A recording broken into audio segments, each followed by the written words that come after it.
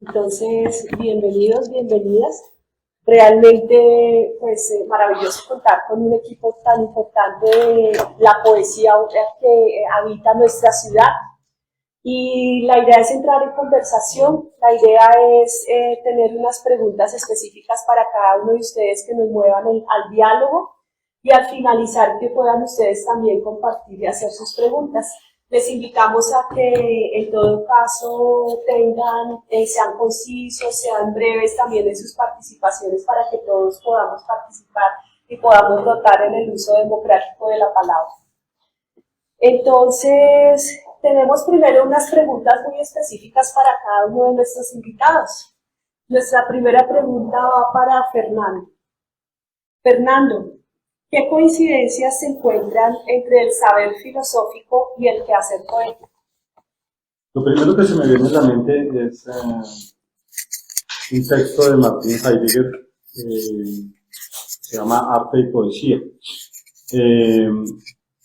Es interesante que un filósofo que observa la crisis del pensamiento occidental se haya interesado tanto por la poesía romántica alemana y en particular por la poesía de Hölderlin. En el texto de arte y poesía, el filósofo busca en la poesía lo que la filosofía no parece brindarle.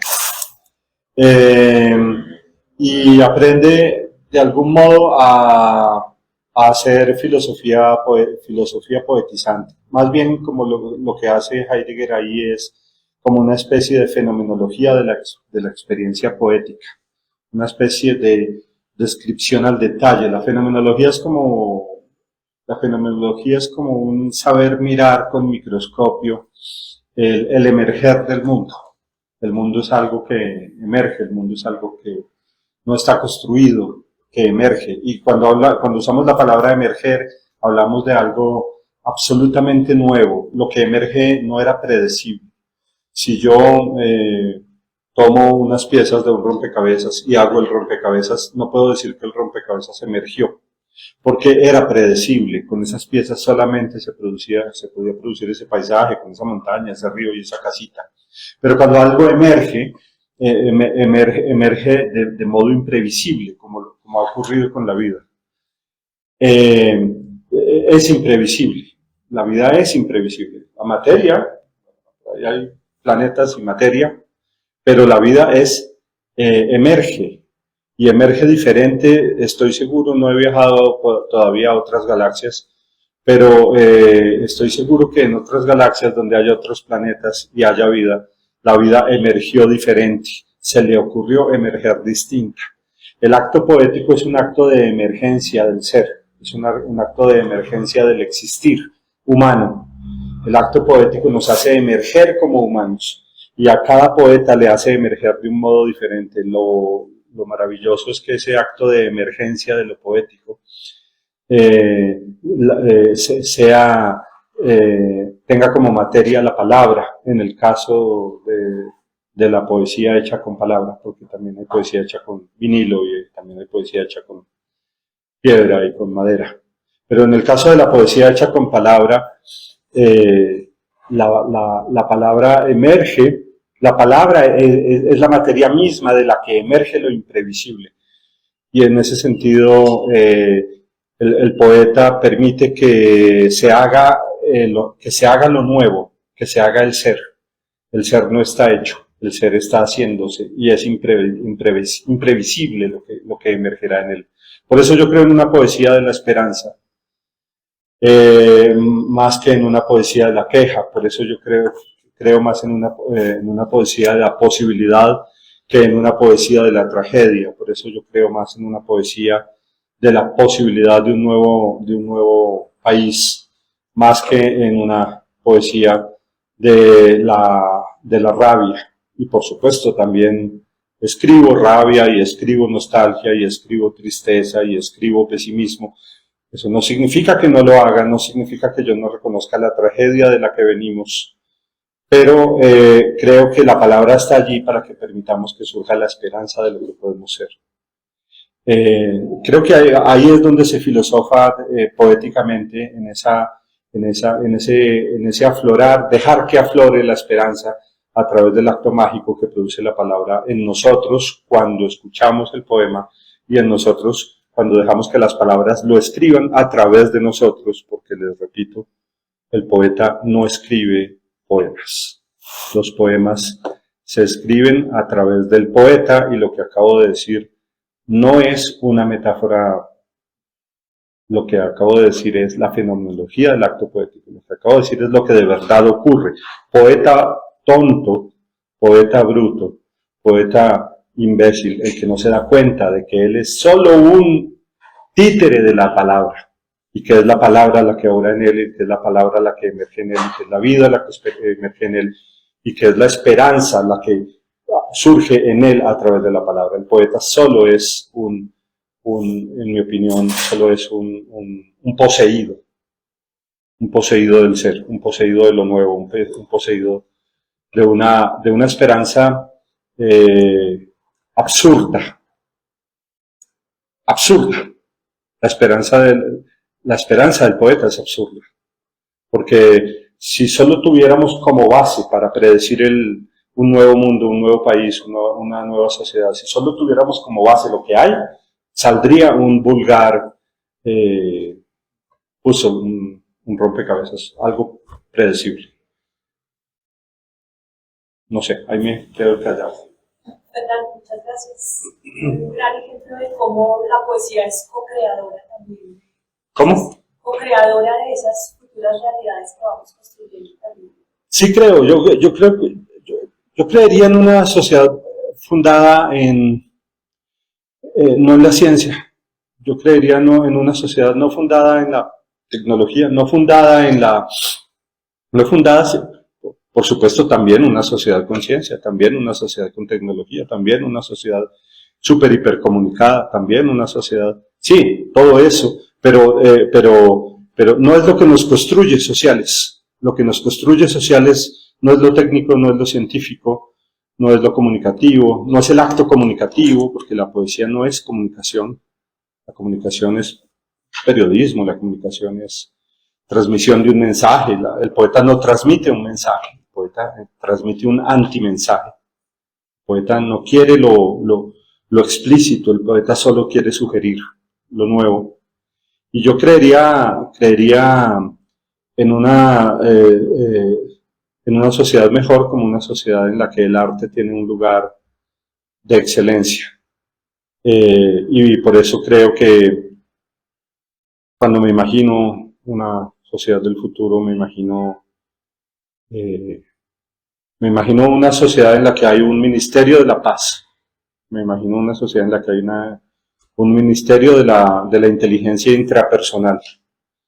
Me imagino una sociedad en la que hay un departamento de armonía interior.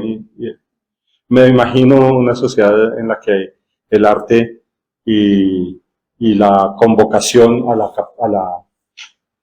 la capacidad humana para abrirse de corazón se funde. Una sociedad que probablemente es utópica y hasta ojalá no muy distópica, pero que estaría inspirada en la sensibilidad. O sea, sin sensibilidad y sin arte, sin sensibilidad de unos por otros, sin sensibilidad hacia mí mismo y hacia mi propia complejidad, sin sensibilidad hacia la naturaleza, creo que poco.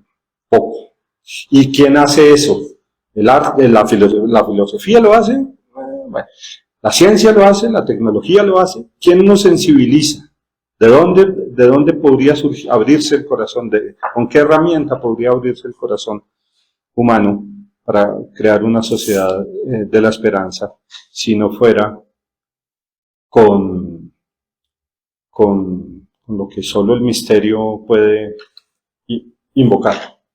La poesía es la invocación de ese misterio y de esa curiosa y extraña posibilidad que somos en un planeta trágico, en un país trágico, que tiene un pasado trágico, que no parece tener elementos nadar en medio de la tormenta y que sin embargo no deja de dar sus brazadas para llegar a la isla y no ahogarse. Yo creo que hay que construir esperanza y que el arte es constructor de esperanza y constructor de humanidad. Gracias, Fernando. Gracias, Fernando. Que digan lo que quieran. Que digan lo que quieran los verdugos y sus auras y sus apellidos santos. Y los compiladores de sentencias vestidos de angelitos de la Corte Suprema de sarcasmos. Que intenten, si quieren, inyectarle rabia y avaricia a la piel de tierra, al agua, ingenieros de la farsa, porque no verán que supure otra cosa por mis arrugas heridas, que la pura verdad que los acuse. Que levanten sus brazos y genuflexionen infartos o amenacen con camas de clavos y hogueras y exterminios los que quieren pintarle corazón y banderitas al mugido del carburo que sangra por el cuero del toro resoplido o a un cohete cobarde que no sabe llevar sino litigios rumbo a Marte. Que amenacen, si quieren, con polvo y olvido los que edifican sus postales verticales en Dubái, rascándole la barriga al cielo petrolero, los que ensalzan un salón atestado de tableros y osan llamar gente a esos ensambles de avaricia y reloj, de prisa y lástima, gente de neón gritando números para llegar primero y cifras de estulticia y ganancias de cuero de leopardo. Ya se extinguen multitudes, sonrisas se acallan, mensajes cifrados entre insectos y telegramas de azar entre raíces de árboles ya no cruzan las aguas. Antes, en cambio, fiestas de azules se bañaban en ríos amarillos hermanados con las nieves blanquísimas del Ártico. Que aseguren, póliza en mano si es que insisten, corbata esgrimida, televisión al aire, canal institucional como testigo, gran lenguaje burocrático, y filmen y pongan el nombre de sus santas madres de por medio, que digan y repitan, hipnótico espectáculo, que no escuchan el estruendo de los gigantes caídos en segundos, tras miles de años de ramajes y saludos al viento, dándole cama a las estrellas y brújula a los pájaros, que hagan lo que quieran. A mí no me convencen de su multicolor campaña, agencia publicitaria del desastre, de lo que hiede y pulula perfumado. Sé que las aguas me recorren, los plenilunios palpitan en mis riñones abiertos, me atraganto de tortugas ahorcadas, sogas de plástico, continentes que surcan el Pacífico, dedo acusador, potajes de pitillos y brebajes de lata. Veo menudos sus cuerpos enanos, circo de lisonjas, compulsión de promesas, a cambio de un sueldito, a cambio de jurar que a mí no me ocurre lo que a mí me pasa, y es que mi muerte misma es esta isla que flota, maloliente, la de todo lo que ultraja. Sé que los cabellos que pierden, cáncer de mama, la tierra calva, los que lanzan río abajo, caudal de pesadumbres, ruedan por los ríos de mis venas, radioterapia, filas de gente en los pasillos, arrastrando pivotes de cegada esperanza. Esto era muy largo y voy a dejarlo ahí. Gracias. Es que mi pregunta tenía trampa porque estábamos hablando del estallido poético. ¿Sí? Y entonces, si es un estallido poético, pues será un estallido de poetas. Y si es un estallido de poetas, entonces debe ser que hay algo que hace poeta a alguien y que hace no poeta al que lo escucha, porque no está ahí en calidad de poeta. No es un Y eso es lo que poetas, creo que hay que y eso es lo que creo que hay que deconstruir. O sea, el estallido poético no es un estallido de poetas. No es un estallido de poetas. No.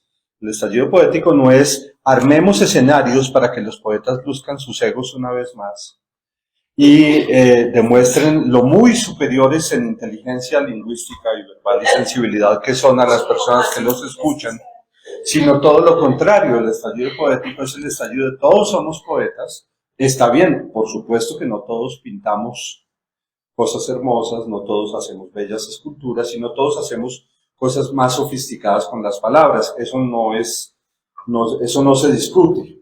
Pero lo interesante no es que haya mejores elaboradores de la palabra, ni mejores elaboradores del óleo, ni mejores elaboradores de la piedra o de la madera o del cuerpo, sino que la universalización del acto poético, que es como yo veo verdaderamente el estallido poético, es la que hace que los corazones se unan.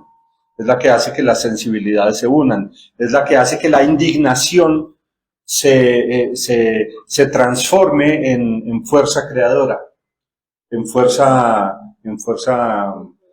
de cambio, en fuerza de esperanza, en fuerza de futuro.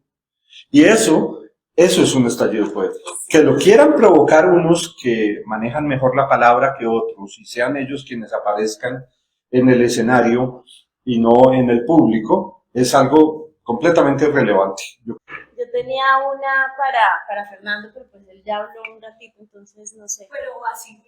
Bueno, no, yo quería, me llama la atención lo del yoga, un poco, sé que no era un tema de la mesa, pero sí un poco, ¿qué relación ves aquí entre el yoga y lo poético, no? ¿Cómo lo has manejado? Si los has cruzado o no. Sí, yo no veo en mi caso particular de mi búsqueda interior una diferencia grave entre la búsqueda del silencio interior y la búsqueda de la palabra poética. Creo que van muy ligadas.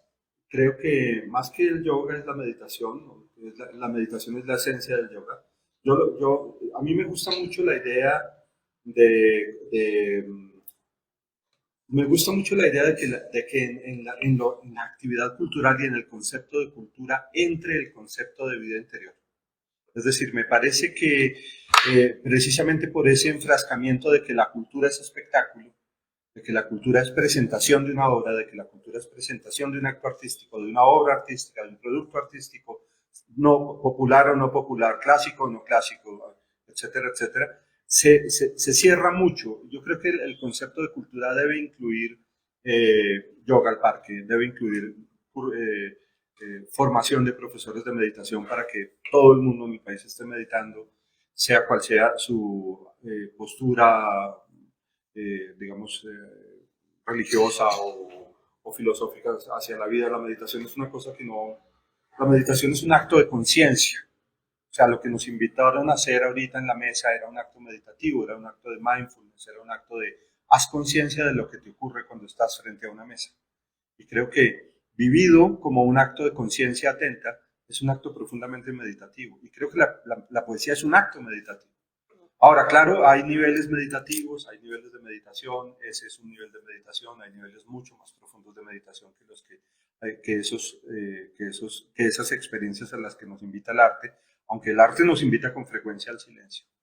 Pero hay obviamente experiencias de silencio mucho más profesionales, por decirlo así, que las que nos produce la contemplación de una obra estética. Entonces, sí creo que el silencio interior, la meditación, el yoga, etcétera, deberían formar parte de las actividades de IDARTES, por ejemplo. Y alguna vez se lo dije a la directora de IDARTES. ¿Cuándo vamos a incluir la meditación como una actividad cultural en los colegios y en los hogares de personas retiradas o sea, ¿cuándo la meditación va a ser cultura?